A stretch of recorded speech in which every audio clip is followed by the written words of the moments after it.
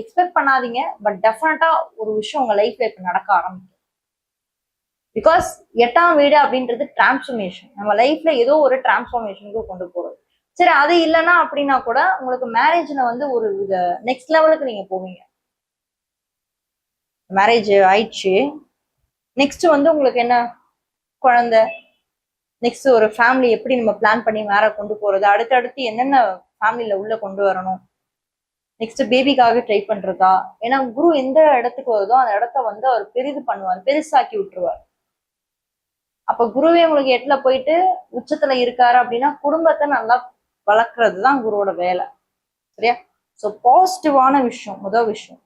Second விஷயம் இங்க என்ன அப்படின்னு நம்ம ரொம்ப ரொம்ப கவனிச்சு ரொம்ப உன்னிப்பா நம்ம பார்த்தோம்னா, இந்த உச்ச குருவோட சூரியன் சேர்ந்தது மட்டும்தான்.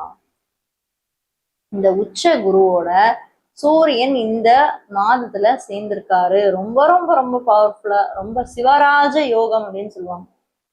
ஒரு ராஜா சூரியன் கூட வந்து குரு, உச்ச குரு.